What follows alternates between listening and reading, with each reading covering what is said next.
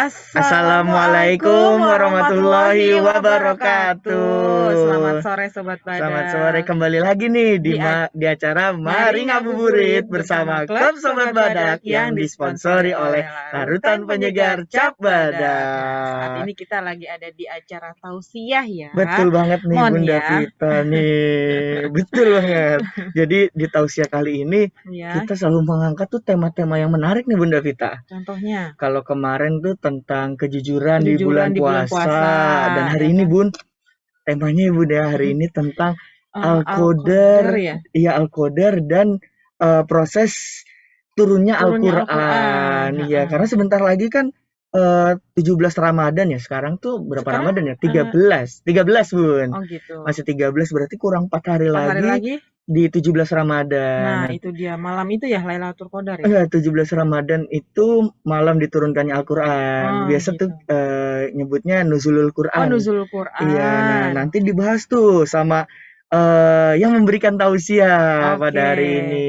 Namanya siapa, Bun? Ada narasumber kita yaitu Habib Syahdu Iya, nih, tapi ya tenang kan? aja nih, Bun. Mm-mm. Sebelum mulai tausiah, Mm. kita pengen tanya-tanya dulu nih. Oke. Atau dari Sobat Badak juga ada yang ingin bertanya nih, boleh juga nih ya, Bunda Vita ya. Seperti biasanya kita Mm-mm. nampung pertanyaan dulu nih dari Sobat Badak semua nih biar kita tampung nanti kita berikan ke narasumbernya yaitu Habib Syahdu biar nanti dijawab sama beliau Betul gitu. Jadi banget. temanya itu Al-Qadar Dan dan proses proses. turunnya Al-Qur'an ya. Nah, jadi Gitu. boleh banget nih Yuk. buat Sobat Badak ingin bertanya tentang malam Lailatul Qadar boleh. Mm. Tentang kan kalau malam Lailatul Qadar kan 1000 bulan ya. Iya. Mau nanya ciri-cirinya boleh. Boleh. Apa yang bisa kita dapat juga boleh di malam Nah. itu atau di proses turunnya Al-Qur'an juga boleh banget. Tuh. Tapi kalau misalkan ada yang bertanya tapi di luar tema gitu boleh nggak sih, Emon? Kalau bisa sih sesuai temanya Oh, kalau aja, bisa sesuai Bun. tema. Soalnya nanti biar berkesinambungan gitu, Oh, Bun. Dari biar matching. pertanyaan-pertanyaannya sampai ke tausiahnya Iya. tuh nyambung semuanya Nah, gitu. Dari gitu. Sobat Badak nih ada yang ini gak? Ada yang ingin bertanya gak? Kalau ada yang mau bertanya langsung aja raise hand ya. Atau langsung chat boleh ya? Langsung chat Langsung juga boleh di chat kolom juga boleh. chat gitu. Karena sebentar lagi akan datang ini Habib Syahdunya dan akan menjawab pertanyaan-pertanyaan dari Sobat Badak apapun. Kalau kata Ustadz Emun ya, Bunda Vita ya, tanya aja yang banyak. Kalau emang kamu benar-benar nggak tahu. Nah, tuh. Daripada kamu menjalankan sesuatu yang salah. Nah, gitu Bun. Daripada bertanya-tanya, meragukan gitu, udah tanya aja. Tanya aja, gitu. betul. Ya kan? Oh, jadi nambah ilmu juga kan kita kalau tahu jawabannya nanti kan. Iya, gitu. walaupun kalau nanti ada orang lain, ya itu pertanyaannya basic itu lah kan itu bertanya untuk diri kita sendiri ya Bunda Vita ya. Iya. Kalau Emon yang Emon tahu ya, Bun, kalau malam Lailatul Qadar itu biasanya adanya di 10 hari terakhir di bulan Ramadan tuh, Bun. 10 hari terakhir di bulan Ramadan, bulan puasa ya. Iya, dan malamnya tuh malam-malam ganjil, Bunda Vita. Maksudnya malam ganjil itu adalah malam 21, 23, 25, 27 sampai 29. Oh, begitu. Katanya sih gitu, Bun. Dan loh, bedanya apa diadakannya di tanggal 21, 23, 25? Kenapa? Itu tuh Bun ciri-ciri malam Lailatul Qadar tuh, Bun. Dan Nabi pun nggak tahu juga pastinya, Bun. Cuman diceritain malam ganjil. Nah, jadi tuh kita tuh harus berusaha mencari, Bun. Iya, soalnya katanya kalau kita beribadah di malam itu tuh, Bun ya, katanya tuh ibadahnya setara sama 1000 bulan. Waduh, banyak banget pahalanya berarti ya? Iya, banyak banget. Nih ada yang mau nanya gak nih? Iya nih, ayo silakan aja langsung. Kalau ada yang mau nanya langsung terkait malam 1000 bulan atau malam Lailatul Qadar ataupun proses turunnya Al-Qur'an juga boleh banget. Terus kalau ada yang mau nanya juga boleh tuh. Surat pertama yang diturunkan apa? Terus gimana tuh proses turunnya tuh dari awal? Gimana? Boleh banget. Bisa di kolom chat aja langsung ya Sobat Badak semua yang kalau mau ada yang mau bertanya ya atau resen juga. Aku nggak mau ngetik aku mau resen aja mau ngomong langsung boleh. Ngomong langsung malah lebih enak tuh Bun kayaknya tuh ya. Gitu. Gimana ada gak yang ingin bertanya? Coba kita cek ada siapa aja sih Sobat Badak nih. Tanda-tanda malam Lailatul Qadar tuh apa? Kata Sobat Anis Meriawati, kata Kak Anis. Oke, kita tampung satu dulu ya. Tanda-tanda malam Lailatul Qadar. Emang juga lupa-lupa juga nih, Bun. Oh gitu, berarti ini emang butuh juga Bun, Butuh soalnya kan juga ya. ini kan Kan? udah pertengahan bulan nih. Mm-mm. Siap-siap buat nanti akhir bulan nih. Nah, 10 apa? hari terakhir emang harus mencari Belanja. tanda-tandanya Oh, juga. Iya, tanda-tandanya. tanda-tandanya. Tanda-tanya. Aku pikir siap-siap belanja mau Waduh, lebaran. jangan dulu Bun. Jangan dulu. Ini soalnya banyak Bun keutamaannya nih Iya. Bun. Ada yang mau nanya lagi gak? Ini Ayo, baru satu nih tanda-tandanya. kayak lagu dangdut ya, tanda-tandanya. Emang gitu Bun? Ada. Oh, emang nggak tahu nih kalau gitu lagu dangdutnya. Ayo, kalau yang lain, kalau ada yang penasaran tentang malam malam Lailatul Qadar juga boleh banget. Iya, Kalau langsung Emon resen sih aja. pengen bertanya apa ya Apa kalau tuh? Emon ya kalau Emon kayak sebaiknya apa sih Bun yang harus dilakukan di malam-malam Lailatul Oh, Qadar selain betul. kita melaksanakan yang wajib ya kayak Nah. berpuasa, Mm-mm. sholat 5 waktu itu Mm-mm. diutamakan melakukan apa lagi sih Bun? Atau Nah, ada zikir-zikiran atau amalan amalan sendiri apa, untuk mungkin sholat apa, atau di doa malam apa yang harus kita nah, panjatkan gitu ya. Wah, itu kali itu Emon pengen tanya itu. wah, emang itu aku juga sebenarnya pengen sih tahu jawabannya itu. Kayaknya Iya, perlu juga deh aku tuh harus tahu juga itu aku. Itu harus tahu aku, ya kan? supaya Emon bisa ngamalin juga nih Bun nanti di Mm-mm. 10 hari terakhir tuh Bun di bulan Betul. Ramadan. Ini ada yang mau nanya lagi boleh Sobat Badak? Pertanyaan emang mewakilkan pertanyaanku juga. Ada lagi? Ayo, siapa lagi, Sobat Badak? Atau kita kita jawab dulu kali ya Oh, kita serahkan ke Habib dulu kali narasumbernya ya. Mungkin boleh. nanti pertanyaannya udah disebut Emon. Oh, mewakili Oh, juga mewakili ternyata sama kan pertanyaan berarti Emon. kan. Oke, ya udah Boleh, kita langsung boleh. tanya aja dulu ya ke Iya, Habib Syah. narasumber hari ini Iya, yaitu Habib iya. Syahdu. Assalamualaikum. Warahmatullahi wabarakatuh, Habib. Masih di mute nih, Habib ininya. Belum ke unmute. Silakan. Nah, kita udah cek X to unmute, silakan di oke. Ya, Iya. oke. Assalamualaikum Habib Syahdu. Waalaikumsalam warahmatullahi Nah, wabarakatuh. Gimana kabarnya, Habib? Alhamdulillah, puasa. Alhamdulillah, Masya Allah. Habib, ini ada yang bertanya nih Habib. Sementara sih baru 2 ya. Ya, Mungkin nanti akan bermunculan pertanyaan baru lagi nih ya Habib ya. Untuk pertanyaan yang pertama, ini sebelum tausiah ada apa sih tanda-tanda malam Lailatul Qadar itu Habib? Dan pertanyaan yang kedua itu dari Emon sendiri Habib. Kira-kira amalan apa saja yang harus diperbuat di malam Lailatul Qadar itu? Mungkin ada amalan khususnya atau zikir khusus atau atau ada sholat sholat khusus kah? gitu. Waktu dan tempat dipersilakan Habib Iya. untuk menjawab. Jadi kalau menurut riwayat ada isyarat-isyarat mengenai persisnya di malam-malam beberapa selain tanda-tanda. Jadi memang ada beberapa hadis yang menyingkap, kedengaran ya? Iya, kedengaran Habib. Jadi ada beberapa hadis dan riwayat yang memang memberi isyarat akan kapan itu malam-malam Al-Qadar. Kemudian tanda-tandanya. Yang pertama adalah bahwa ia disebut di malam-malam ganjil. Ada riwayat menyatakan bahwasanya itu di salah satu di antara satu malam-malam terakhir. Jadi dari antara malam 21, malam 23, dan apalagi malam 27. Tapi ada juga yang riwayat menyebut dari malam 17. Seperti itu. Kemudian di antara tanda-tandanya bahwasanya di malam itu terasa betul kedamaian. Jadi kedamaian alam semesta. Kalau manusia yang nggak damai mungkin nggak merasakan kedamaian. Misalkan manusia dirinya itu tingkat, suka berasumsi negatif, suka berpikiran resah, kemudian terkena penyakit hati, itu tetap aja nggak ada kedamaian karena subjeknya adalah hati dan perasaan itu sendiri.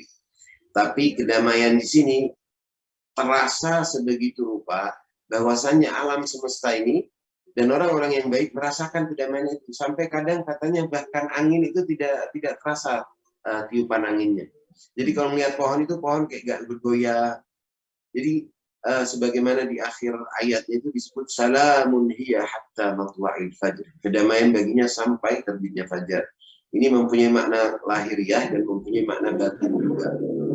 Nah, makna lahiriah kata salam yang dengan arti kedamaian dan damaian itu terasakan bahkan secara zahir. Kemudian yang pertanyaan Saudara Emon tadi menarik juga, yaitu amalan-amalan apa aja ya? Iya, betul. Habib. Amalan-amalan itu yang sangat dianjurkan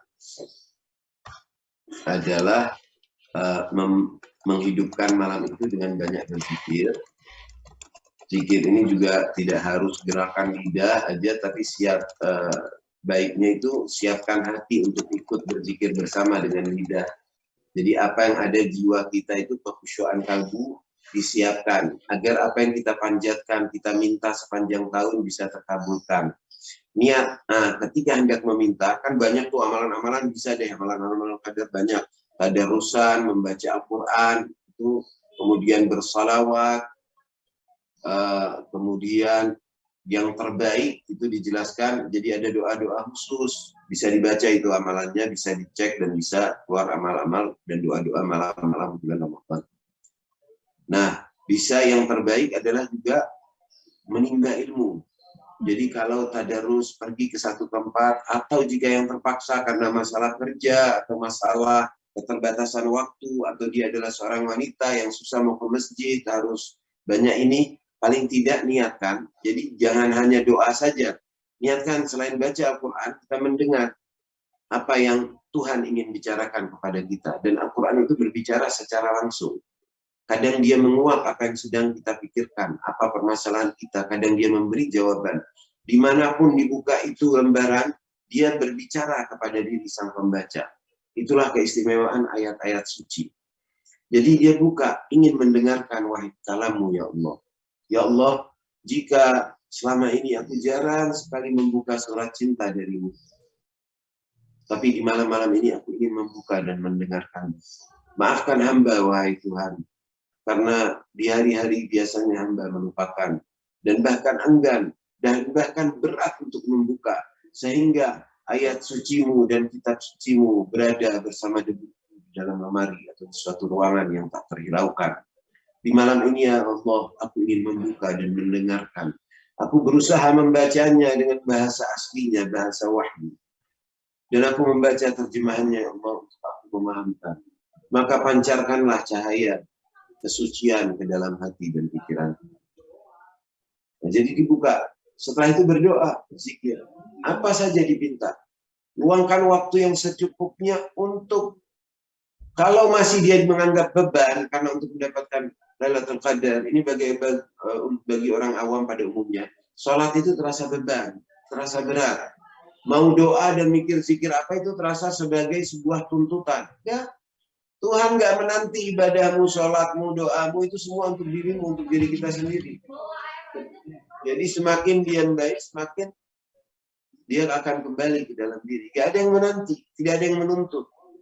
Kewajiban adalah bagi orang-orang beriman. Makanya puasa pun dikatakan, ya ayyuhalladzina amanu, wahai orang-orang beriman. Telah ditentukan pada kalian untuk berpuasa. Kalau yang tidak beriman, masa bodoh. Dan ini untuk agamanya masing-masing. Yang tidak beriman gak bakal menjalankan ajaran agama. Nah, ketika di malam-malam itu, kalau masih berasa berat, lawan. Tapi moga kita tidak merasa berat, tapi merasakan kenikmatan ketika harus membuka ayat suci, ketika harus berdoa dan meminta. Itu dirasakan, kenikmatan itu dinikmati. Jangan kayak orang-orang yang mau buru-buru aja dan merasa waktu yang diluangkan untuk ibadahnya itu sebagai waktu-waktu beban. Dan dalam Al-Quran pun telah disebut, innaha lakabiratun illa 'alal khashi'in. Sungguh kayak sholat aja itu yang menitan, berupa menitan, 2 menit, 3 menit, terasa beban berat kecuali bagi orang-orang yang khusyuk. Dan khusyuk berkenaan dengan hati. Ketika hati dia itu baik dan hati dia itu ingin mengenal Tuhannya, ingin mengenal penciptanya, ingin mengenal yang selama ini mengatur darah yang mengalir dalam tubuhnya, pankreas yang bekerja, paru-parunya yang memompa, jantung yang berdetak, semua itu di luar kehendak dan di luar kekuasaan diri kita. Semua itu ada yang telah mengaturkannya untuk kita. Kita menyadari bahwasanya kita ingin mendekat, maka disitulah akan timbul kekhusyuan. Jadi Al-Qadar Malam Qadar, kalau bertanya amalan, mungkin banyak ustadz dan ustadz para agamawan yang akan memberikan amalan-amalan khusus, dan itu ada banyak. Tapi bagaimana menjadikan amalan-amalan itu supaya efektif juga? Taikkan, keluarkan yang ikhlas. Tidak harus dengan ada panduan, bebas, wajib jelas ada prosedurnya. sholatnya 4 rakaat, sujudnya 2 kali ini, tapi doa mau baca Al-Quran terserah. Turunkan, tuangkan itu, sadarkan hati, sadarkan jiwa, lalu buka kalam Sang Maha Pencipta, Sang Maha Penyayang, yang selama ini telah mengetuk hati dan pikiran kita, namun kita selalu mengabaikan.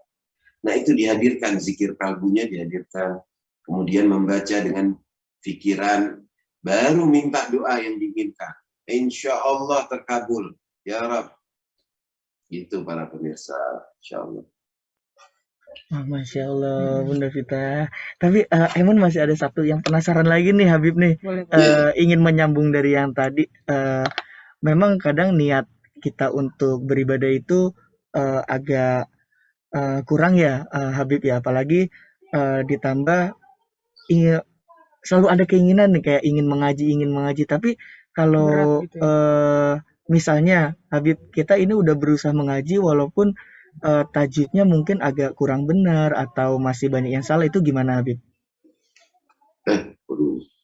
Ingetin ya, saya puasa hampir lupa tadi. Makanya tadi aku juga mau ngomong, loh kok minum? Mau ngomong gitu tadi. Jadi yang merasa masih belum bisa itu bukan berarti tidak ada potensi untuk bisa atau tidak akan bisa, dan itu hampir semua hal. Jadi ketika tidak bisa, merasa tidak bisa, Anda berupaya dengan membaca yang bisa atau setidaknya membaca terjemahannya. Tapi ketika membaca huruf asalnya, setiap huruf itu mempunyai rahasia. Nah, ini pembahasannya agak lebih mendalam nanti. Jadi dia ada bentuk, ada ukiran, ada bentuk, ada nilai, ada bobot, dan ada rahasia. Ada pengaruhnya yang luar biasa. Istilahnya, makanya ada istilahnya, kalau dalam istilahnya ada spell, yang mana ketika disebut dan diucapkan huruf-huruf itu, apalagi terangkai dalam kata yang ada dalam ayat suci, dia mempunyai pengaruh ke eksistensi, dan bahkan kaum ilmuwan mengetahui itu.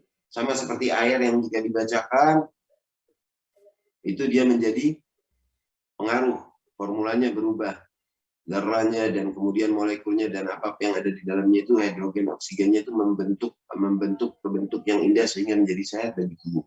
Itu dari pengaruh apa yang dibaca. Nah, apalagi jiwa yang super halus itu juga mempunyai pengaruh. Jadi kalau tidak bisa bukan berarti jangan melakukan. Lalu apa? Tidak puaskah dengan segala yang kita selalu dengar, musik-musik bahasa dengan lirik yang super bebas, dengan hal-hal yang membangkitkan emosi atau mengumbar hasrat atau segala, udah sering kita dengar, kemana-mana kita dengar. Sehingga untuk menyatukan dengan frekuensi mulut kita dan lidah kita ketika kita mengucapkan ayat-ayat suci itu adalah kebaikan. Bahkan orang tidak bisa. Bahkan bacanya dengan susah, keluarin aja suaranya. Karena itu adalah kredit untuk jiwa. Jiwa mengembang dan dengan sendirinya nanti akan membaik. Kalau di masa Rasulullah ada sahabat yang namanya Bilal. Bilal itu di dalam riwayat dijelaskan kalau menyebut sin seperti shin. Karena ada beberapa sahabat yang dari Afrika. Itu menyebut huruf sin susah. Jadi mau bilang susah jadi syusyah. Seperti kayak gitulah. Nah, ketika mengucap asyhadu, tapi kata Nabi, sinnya dia adalah shin. Karena itulah tingkat kemampuannya. Jadi, tapi bukan berarti ditinggalkan, tapi diusahakan. Bahkan 1 ayat, 2 ayat, 3 ayat, lalu baca terjemahannya. Nggak ada masalah. Tidak bisa bukan berarti jangan. Ketika kalau itu dijadikan hal yang pertama untuk memahami kalimat dan ayat suci Sang Maha Kuasa, dia niatkan, ya Allah, aku mau berusaha. Dan itu dijadikan suatu hal yang mana adalah hal yang menjadi achievement, hal yang menjadi tantangan bagi dia, insya Allah segala urusannya akan mudah. Urusan kantornya, belajarnya, segalanya kalau dia niatkan seperti itu. Pasti itu, apalagi dia ikhlaskan kalbunya dan niat seperti itu, segalanya akan mudah bagi dia. Karena dengan membaca Al-Quran ini ada satu rahasia yang luar biasa dan sangat mujarab, yaitu bahwa ketika seseorang mulai baca, seakan waktu itu terhenti. Waktu itu seakan benar-benar berhenti. Dimensi waktu ini yang sementara, itu terhenti. Kita keluar ke alam yang jauh lebih tinggi, ke alam kalimat suci. Jadi, dengan sendirinya segala urusan itu akan terbantu, tertolong. Dan benar-benar ini suatu hal yang terasakan. Jadi misalkan Anda harus melakukan sesuatu tapi Anda harus pergi kemana, misalkan harus ke Tanah Abang, atau harus kemana, atau ada urusan panggilan yang harus ini, itu kadang dengan mengaji, urusan yang mestinya kita terbawa dan memakan waktu kita sangat banyak dan energi banyak, bahkan biaya, itu dengan sendirinya akan bisa terlaksana, dan itu bukan hal mengejutkan. Jadi dengan kita meluangkan waktu untuk Allah, untuk Sang Maha Kuasa, Sang Maha Penyayang, Dia akan memberikan ganjaran yang jauh 10 kali lipat untuk waktu kita, karena dihargai itu oleh Allah dari dahsyatnya dan maha rahmatnya. Jadi waktu kita ketika membayar suci itu waktu seakan terhenti, tidak ada yang berkurang, bahkan urusan-urusan menjadi dibereskan untuk menghargai waktu yang telah kita luangkan. Kita dikasih waktu yang lebih banyak untuk lebih tenang. Sama-sama belajar. Jadi terus belajar ya, walaupun ngerasa nggak bisa, mungkin Emon akan terus mencoba. Ya udah, Habib, terima kasih atas jawaban-jawaban dari pertanyaan-pertanyaan tadi. Selanjutnya adalah tausiah. Langsung dimulainya ya. Yang bertemakan Al-Qadar dan proses turunnya Al-Quran sampai 17.30. Kepada Habib Syahdu, Kita persilahkan. dipersilahkan. أعوذ بالله من الشيطان الرجيم بسم الله الرحمن الرحيم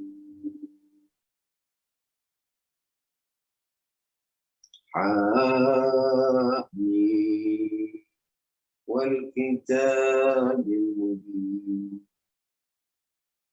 إنا أنزلناه في ليلة مباركة إنا كنا منذرين فيها يفرق كل أمر حكيم أمرا من عندنا إنا كنا مرسلين. صدق الله العظيم.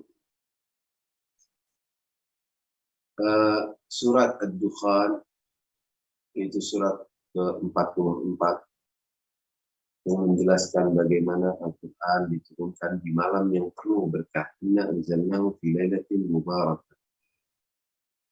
Kemudian di surat lain adalah surat Al-Qadar, di dalam surah yang kita baca, yaitu Bismillahirrahmanirrahim. Inna anzalnahu fi lailatul qadr. Itu adalah dalam surat Al-Qadar disebut Lailatul Qadar. Jadi malam Al-Qadar. Di sini disebut Lailah Mubarakah, malam yang penuh berkah. Nah, sebelum masuk dan untuk memahami apa itu Al-Qadar, layaknya kita sama-sama memahami dulu bagaimana proses turunnya wahyu, yang sekedar yang bisa kita gambarkan dari apa gambaran-gambaran dan penjelasan-penjelasan dalam hadis-hadis, dan juga dalam ayat, sebagian ayat menjelaskan. Nah, seperti apa itu?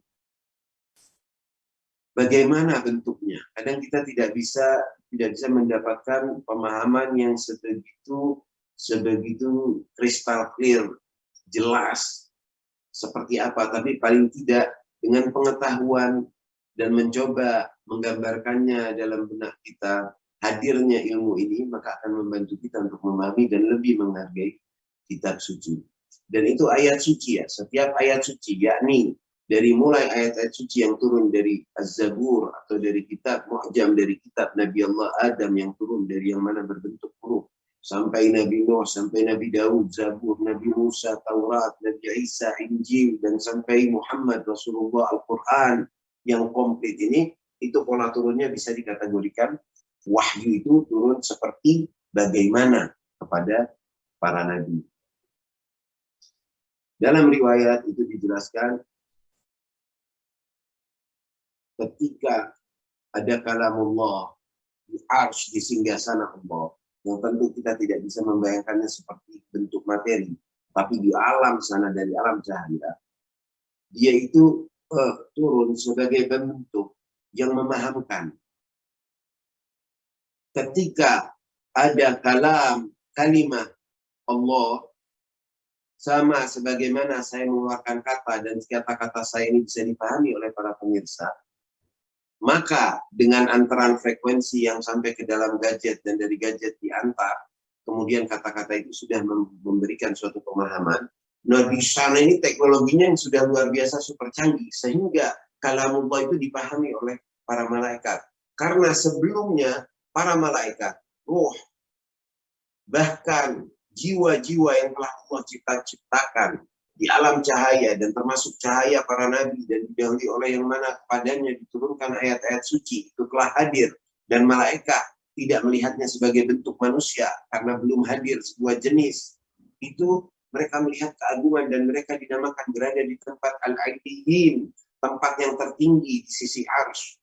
Sementara semua makhluk tidak bisa mengenal Tuhannya karena Tuhan tidak pernah lepas dari Al-Khaliq itu, ada bersama selalu dan menolong dan hadir dalam wujudnya setiap makhluknya. Jadi setiap makhluk bergantung pada Sang Khaliq dan tidak ada ruang untuk membatasinya. Dikenal dia dengan lahirnya kalimat-kalimat itu. Ketika lahir dia bisa jadi dalam bentuk sebagaimana bentuk cahaya. Bentuk cahaya itu cahaya yang mana dia memberikan pancaran yang mana tanpa ada medium lain. Dia secara zatnya memberikan sinar, siraj. Kalau andai kata bulan dia mendapatkan pantulan dari sinar matahari, kalau matahari yang cahayanya aslinya dia itu tanpa media menyampaikan dirinya, itulah kehebatan cahaya. Jadi seperti kalau kita ada frekuensi di masa itu sampai ke dalam rongga-rongga pikiran dan akal yang telah disiapkan dan hadir dalam pemahaman para malaikat ataupun para nabi yang mana masih berupa jiwa-jiwa sebelum ada jasmani, itu mereka dapati segera apa maknanya. Karena mereka diberi bekal untuk bisa memahami. Kemudian bentuk-bentuk huruf itu yang lahir dengan kejadian-kejadian. Sampai, nah ada malaikat-malaikat yang bertugas untuk menerima wahyu. Di antaranya dikatakan bahwasanya setiap wahyu itu turun, ini makanya dibilang wahyu.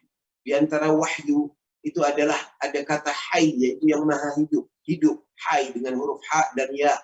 Sementara wahyu, kalamullah suci ini hanya dengan penambahan huruf waw.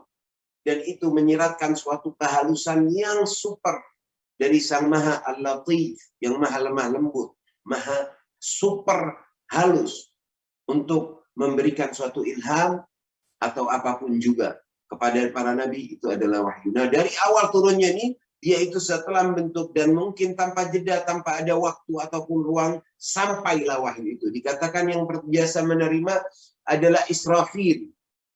Israfil adalah malaikat di antara 4 malaikat al-muqarrabun, yaitu Israfil, Mikail, Jibril, dan Israfil. Israfil adalah malaikat yang dikatakan akan meniup sangkakala juga, dan dia malaikat terdekat. Kemudian Mikail, kemudian Jibril, dan Israel. Nah, ketika turun Israfil menerima wahyu itu, kemudian dia, dalam riwayat bahkan ini kalau sampai ada dimensi waktu, itu membutuhkan ratusan tahun waktu cahaya. Tapi tanpa jeda waktu sebagaimana yang ada dalam dimensi kehidupan planet kita ini. Jadi di sana itu sebegitu cepat.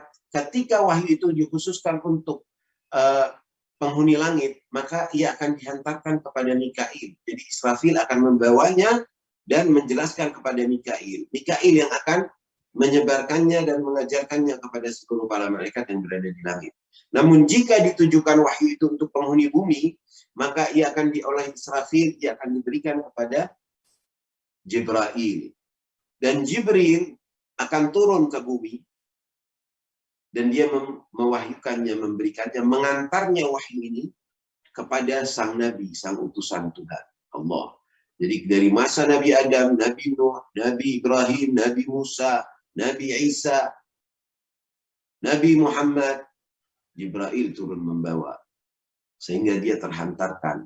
Dan kemudian para nabi itu bedanya sama Rasul. Kalau nabi biasanya dia mendapatkan wahyunya, rata-rata seringnya, hampir juga selalu, jarang dari secara terjaga. Jadi saat tidur dan melalui mimpi. Dan mereka mendapat ilmu itu secara pasti. Dan dia mengantarkan hakikat makna yang luar biasa. Kemudian, Kalau Rasul, itu kan ada 25 Nabi dan Rasul. Rasul tingkatannya lebih berbeda. Dia mendapatkan wahyu bahkan saat terjaga. Dan itu dijelaskan katanya ketika dari beratnya wahyu itu turun, sampai seperti ada tahun yang terbang dekat telinga.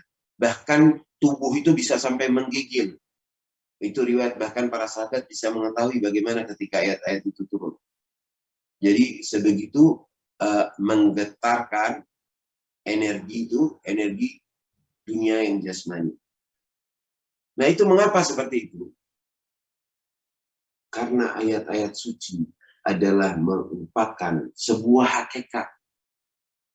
Sebuah hakikat, ma'rifat, yang diantarkan, diberikan, dan diberikan ilmu itu oleh Al-Alim, oleh Sang Maha berilmu, yang Maha mengetahui segala sesuatu, yang Maha menyinta segala sesuatu.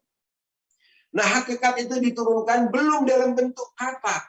Dia berupa hakikat yang sampai. Jadi ketika andaikan Israfil yang sampai, dia itu belum berupa kata-kata. Tapi ma'rifatnya dahulu itu hadir. Nah, jadi ketika ilmu itu hadir, baru dia itu dihantar. Dan diturunkan sebelum dia terangkai menjadi huruf-huruf yang huruf-huruf materi yang hadir di hadapan kita dan menjadi kitab, dia itu masih berupa hakikat dan berupa ma'rifat yang hadir. Nah, itu tempat kehadirannya adalah jiwa, karena pasti berada dalam jiwa. Tidak mungkin ada media lainnya. Jadi kita tidak mungkin untuk misalkan buat colokan, kita mau cas HP, kita colok di tombol ini aja. Belum ada itu teknologinya, nggak ada. Kalau ada super keajaiban. Pasti membutuhkan stop kontak. Nah, ma'rifat ini wadahnya adalah jiwa. Jadi pasti dia itu kepada khalifatullah, kepada para pemimpin di muka bumi, yaitu para wali, para nabi yang Allah kasih wilayah, kekuasaan, dan khilafah untuk menjadi pemimpin di muka bumi. Jadi ma'rifat ini kepada utusan Allah. Seperti itu, dan itu kepada jiwanya. Karenanya itu dijelaskan dalam surat Al-Hadid, sesungguhnya kami menurunkan Alkitab dan menurunkan bersama mereka. Menurunkan ma'ahumul kitab. Kami menurunkan bersama para utusan itu Alkitab. Karena utusan itu adalah wadahnya. Dan dia akan menjadi yang penyampai.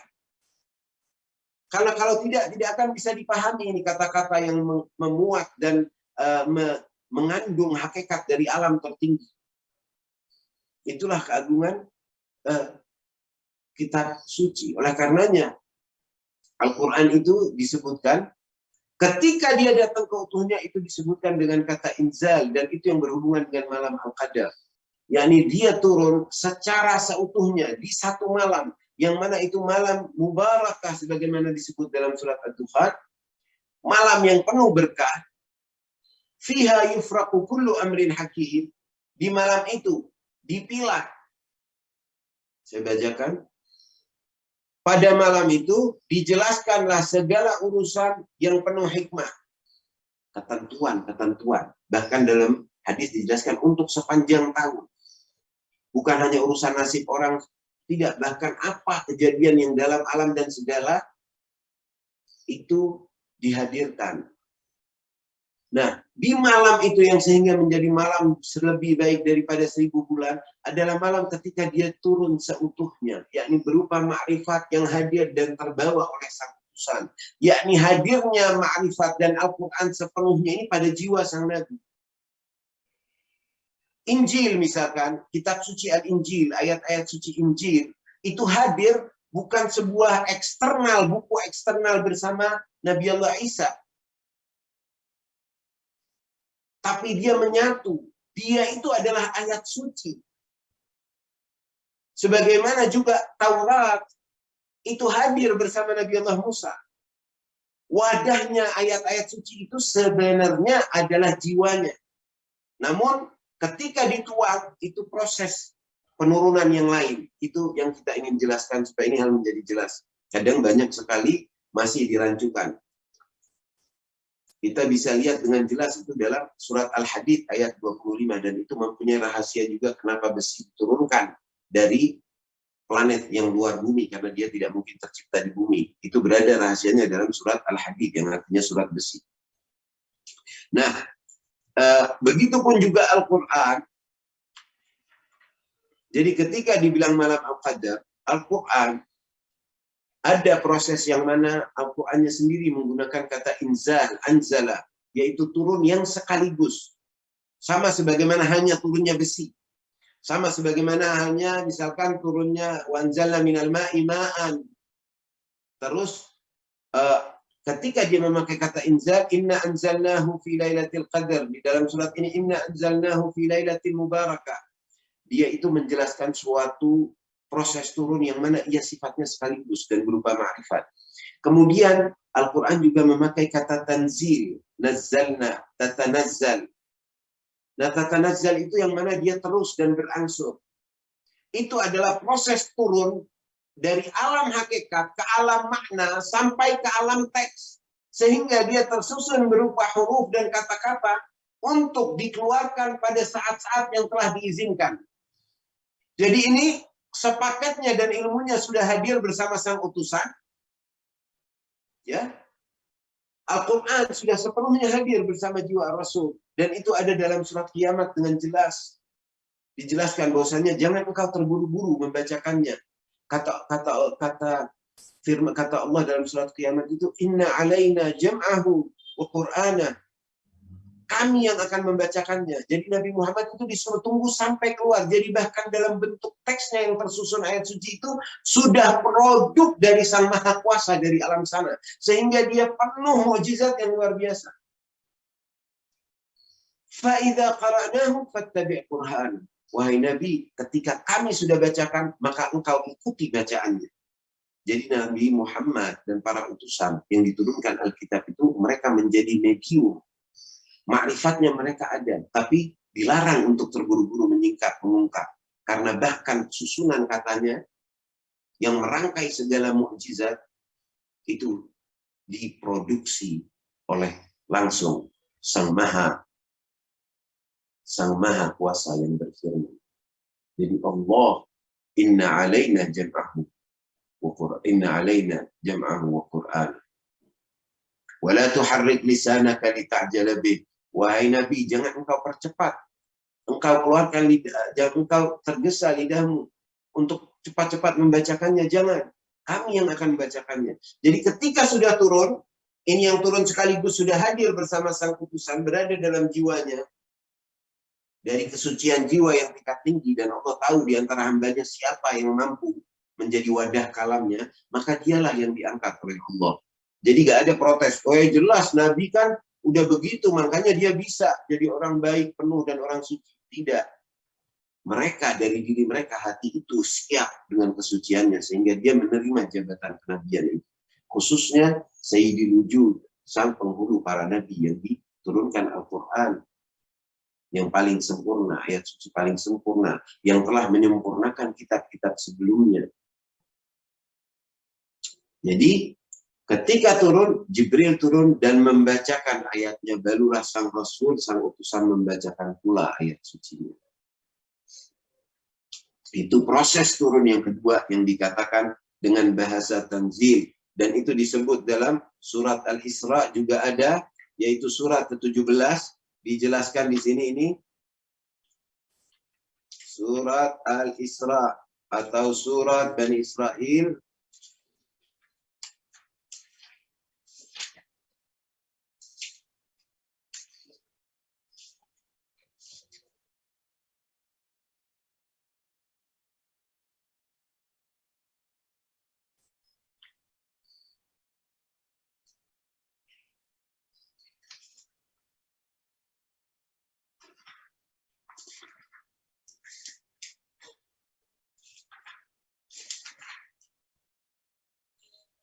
Luar biasa ini disebut Bismillahirrahmanirrahim.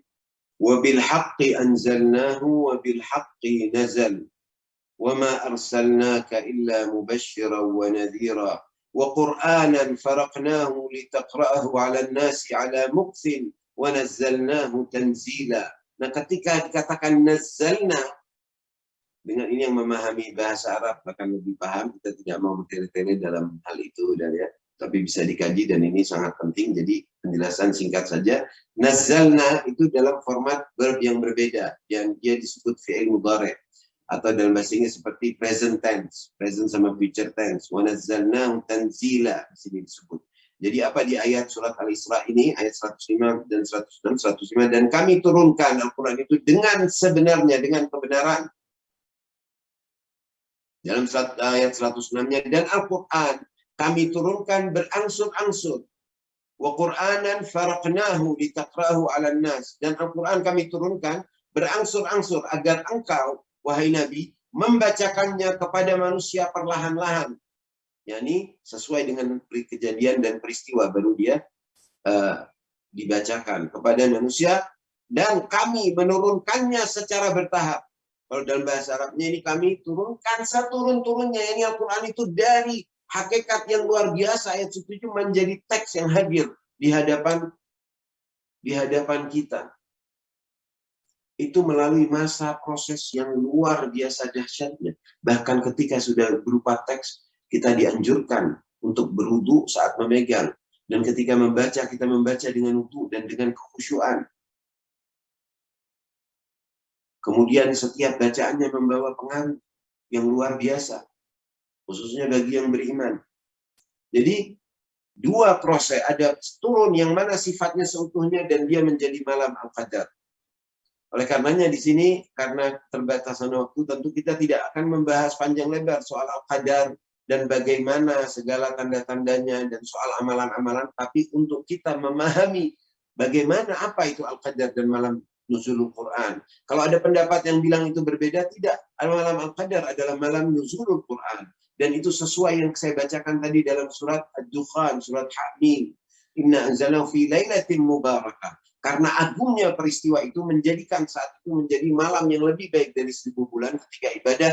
Dan karena keagungan turunnya, proses turunnya yang seutuhnya, dia dirayakan setiap tahun oleh Sang Maha Kuasa untuk orang-orang yang beriman. Turunlah para malaikat, tatanazzalur ruh wal malaika fiha bi'izni rabbihim min kulli amr. Salamun hiya hatta matla'il fajr. Malaikat semua turun. Lintas alam, lintas dimensi semua, itu turunnya. Bukan berarti kelihatan berkeliaran dan ada yang melihat, ada yang tidak. Mungkin para mereka yang kasyaf yang bisa melihat. Ya. Tapi dimensi mereka itu turun untuk merayakan turunnya wahyu pertama yang mana seutuhnya. Yaitu turun yang bersifat inzal. Anzala. Ketika turun yang bersifat tanzil, itu ketika dalam proses hakikat itu diturunkan, terbentuk menjadi huruf, menjadi kata-kata. Lalu kata-kata itu mengantarkan makna yang dibawa dari alam tertinggi di sana. Itu yang dikatakan wa nazzalnahu tanzila wa Qur'anan, sehingga Al-Qur'an, kitab suci Al-Qur'an itu dibilang bacaan, Qur'anan. Dari kata iqra, dan ayat pertamanya adalah iqra, bacalah. Jadi ketika setiap orang baca satu kata, satu ayat, dia sebenarnya membuat koneksi dengan alam tertinggi, yang mana jiwa kita berasal dari sana, yang jiwa kita bisa memahami dan kita punya akal bisa memahami telah tercipta dari alam sana, agar kita mengenal Sang Maha Pencipta. Itu proses turun kedua, sehingga orang bisa memahami dan saling komunikasi. Dan itulah awal lahirnya bahasa. Jadi para ilmuwan mengetahui bahwasanya bahasa ini tidak mungkin tercipta dengan sendirinya, pasti ada satu bahasa pertama yang turun secara divine, yakni dari langit terilhami, baru keluar segala bahasa-bahasa dan dialek-dialek lain. Nah, bahasa pertama itu, keterampilan berkomunikasi, adalah ajaran Sang Ilahi Rabbi. Karenanya dalam surat Ar-Rahman dijelaskan, Bismillahirrahmanirrahim, Ar-Rahman 'allamal Qur'an. Sang Maha Penyayang mengajarkan Al-Quran. 'Allamal Qur'an, khalaqal insan, menciptakan manusia, 'allamahul bayan, dan mengajarkannya bagaimana berbicara. Jadi itulah Qur'anan di sini. Faraqnahu, kami pilih alan nas, untuk manusia, ala muktin wa nazzalnahu tanzila, agar engkau membacakannya secara bertahap. Yani berangsur dengan kejadian itu Nabi Muhammad ditahan, Nabi Muhammad sudah tahu, tapi bahkan untuk kata-katanya, untuk kalimatnya, itu langsung dari sana, dari Sang Maha Pencipta. dibawa oleh Jibril lalu dibacakan dan Nabi membacakannya. Sehingga Al-Quran itu menjadi sebuah kitab suci yang luar biasa, yang mana siapapun bahkan ditantang kalau ada yang membuat satu ayat. Jika manusia dan jin bersekutu membuat satu ayat yang mengandung makna dan mukjizat dari rangkaian dan segala rahasia yang terkandung di dalamnya, maka cobalah buat. Gak ada yang datang. Dan sampai sekarang siapapun membuat seperti kitab-kitab suci pasti akan ketahuan, akan terlihat yang mana bagian terdistorsi dan mana yang bagian yang asli. Dan itu telah terjadi sehingga Allah berjanji akan menjaganya, menjaga Al-Quran. Dia akan menjaganya. Inna nahnu nazzalna dzikra, dan di sini pakai kata tanzil. Nazzalna dzikra, kami menurunkan Al-Quran dan dia berupa teks menjadi sebuah berupa kitab, dan itu pun kami akan jaga. Wa inna lahu lahafidun, dan kami akan menjaganya. Jadi betapapun upaya yang zaman Nabi ada orang yang mengaku Nabi juga bernama Musailamah, pura-pura membacakan puisi dan mengaku seakan itu ayat-ayat suci, semua bisa memahami. Lawan maupun lawan, bahkan yang penyembah berhala tahu bahwasanya itu gak ada yang bedanya. Itulah perbedaan Al-Quran. Karenanya ia disebut Quran, dan ayat pertama yang turun adalah Iqra. Bacalah dengan nama Tuhanmu. Iqra bismi rabbikal ladzi khalaq, khalaqal insana min 'alaq. Iqra wa rabbukal akram, alladzi 'allama bil qalam, 'allamal insana ma lam ya'lam. Bacalah dengan nama Tuhanmu yang mencipta, yang telah menciptakan manusia, yang telah memberi ilmu dan mengajarkan manusia akan hal yang tidak pernah diketahuinya. Oleh karenanya, pemirsa sekalian, semoga insya Allah amal ibadahnya di bulan ini dikabulkan, diterima oleh Allah, bisa berhasil mendapat Lailatul Qadar insya Allah, dan kita mulai niat untuk lebih sering membaca Al-Quran. Semoga kita semua diterima oleh Rabbul Alamin, dan kita bersatu dengan ayat-ayat suci, dan kita menjadi orang-orang yang mendapatkan cahaya di dunia dan di akhirat nanti. Amin ya rabbal alamin. Wassalamualaikum.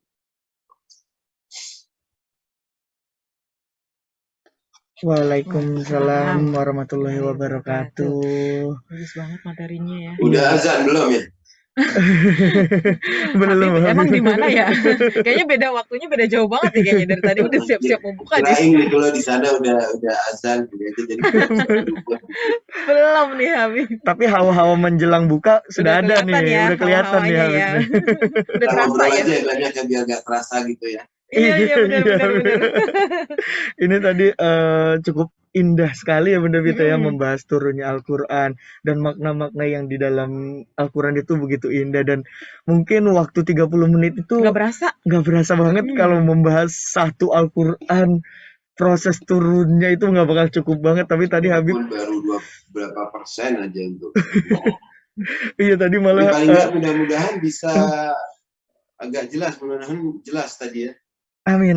Jelas. Alhamdulillah. Tadi Habib juga menyampaikan secara ringkas dan padat banget. Iya, padat banget. Sampai tadi Habib yang ini tidak perlu karena waktunya cukup singkat dan akhirnya tidak melebar. Tapi Emun tuh tadi cukup gimana ya Bunda?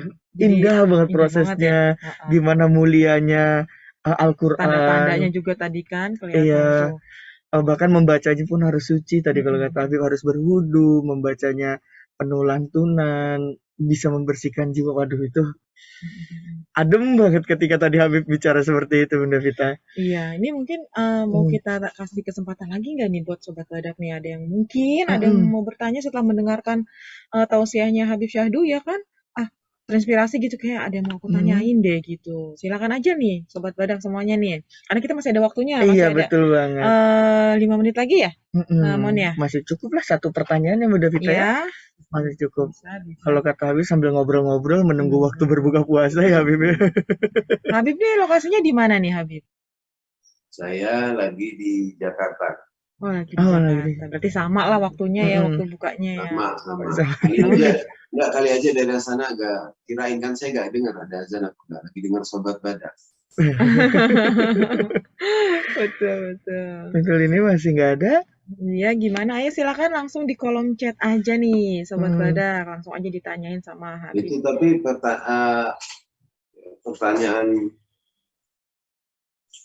Saudara Emon tadi bagus juga bahwasanya gimana untuk kita bisa memahami dan bisa nyatu. Istilahnya setiap manusia itu kan tahu dia itu pasti punya rasa ingin mengenal Sang Pencipta. Karena manusia itu disiapkan juga untuk punya sifat-sifat seperti Sang Maha Pencipta.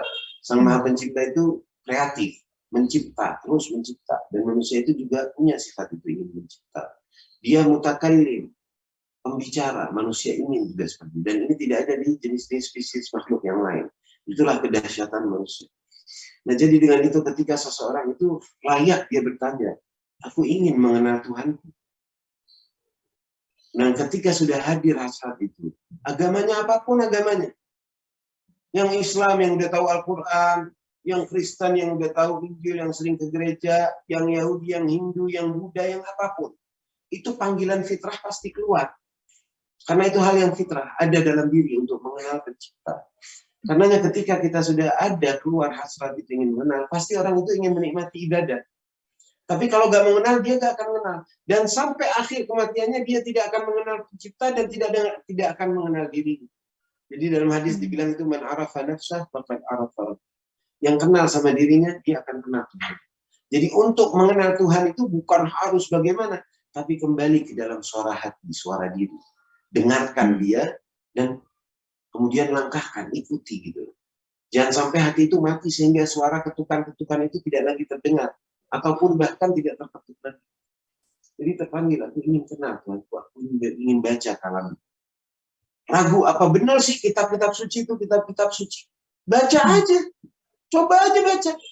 Baca mau cari kesalahan kayak, atau mau apa. Misalkan ada orang nggak beriman, atau skeptis. Ya, orang yang ateis, tidak percaya sama agama-agama. Mau baca, saya mau baca. Dia baca Bible, dia baca Weda, kitab suci umat Buddha, umat Hindu. Dia baca Al-Quran, silahkan baca. Tapi baca. Anda ingin mengenal Sang Pencipta, misalkan gitu pada orang skeptis. Dan kemudian lihat betapa ia akan menyatu dengan jiwa itu. Apalagi ketika ada ketulusan dan ada penghargaan. Tapi harus kalau didengar itu ketukan-ketukan hati untuk memperbaiki jiwa harus terus didengar. Dan itu memulai dengan mengaji, dengan membaca kalam ilahi. berarti ada beberapa orang mungkin yang bilang ya Habib ya kayak bahasanya gue lagi jauh nih sama Sama Tuhan, Pencipta, gitu. gue lagi jauh sama Tuhan. Berarti mungkin kita sebagai teman ini harus mengingatkan seperti apa itu Habib kalau ada beberapa teman yang lagi merasakan seperti itu? Itu adalah ketukan dan itu adalah bagus. Ketika ada panggilan itu dan dia menyadari bahwasanya dia berasa jauh, itu suatu kesadaran yang sifatnya inherent. Ketika kesadaran itu hadir, itu adalah ketukan dari Tuhan. Hai hamba, mengapa engkau tidak mau mendekat? Mungkin ada kebaikan yang dia lakukan sehingga dia dapat ganjaran. Kehadiran ilahi, kehadiran rahmat Allah, cahaya Allah memasuki dia dan mengetuk. Nah, itu cahaya mengetuk untuk memanggil supaya dia melangkah maju. Tapi di saat yang sama, setan dan segala yang ada dalam dunia ini akan mengajaknya dia lebih jauh, udah gak usah sholat dulu, lo kan bukan orang beragama. Nanti sholat nanti kan masih bolong-bolong, ngapain haji? Jadi dibawa ke downgrade, itu ajakannya itu tabrakan. Nah, penentu dia itu adalah dirinya. Oleh karena itu malam Al-Qadar dibilang yufraqu kullu amrin hakim. Dibedakan. Jadi diri dia dan akalnya harus bisa mempunyai kehendak untuk memilah dan memilih.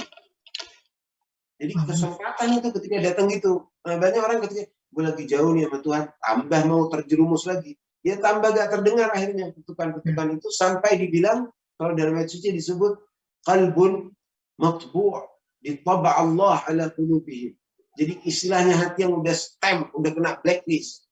Karena berapa puluhan kali, ratusan kali ketukan itu datang karena amal-amal baiknya dan diberi ganjaran, tapi tidak terhiraukan. Dan dia malah lari ke keterjerumusan. Semakin jauh, ya semakin jauh. Sholat bolong, semakin nggak sholat. Mau ini, gue masih ini, mau dipanggil, ada panggilan untuk ngaji, baca kitab suci, gue masih belum bisa baca. Jadi ujung-ujungnya ke tak terbisaan. Dan itu menggali neraka jiwa yang nantinya dia akan tempati. Allah tidak mau mengazab orang, tapi diri itu yang terazab karena jauh dari hakikat. Masya Allah, terima kasih banget, terima kasih banyak Habib. Ini Emon rasa waktunya cukup kurang ini kalau ngobrol. Iya, dan Emon sama Bunda Vita juga meminta maaf kepada Habib. Ternyata kita dibatasi oleh waktu, dan Emon sangat mengucapkan banyak terima kasih kepada Habib, penjelasan kepada Emon, Bunda Vita ataupun sobat badak lainnya. Semoga Habib hajatnya juga terkabul. Amin. Amin. Amin. Amin. Emang juga doain Habib sehat selalu. Sehat selalu ya. Dan setelah ini masih ada acara ya Bunda Vita ya. Jadi nantikan terus acara-acara Sobat Badak sampai pukul 21.00.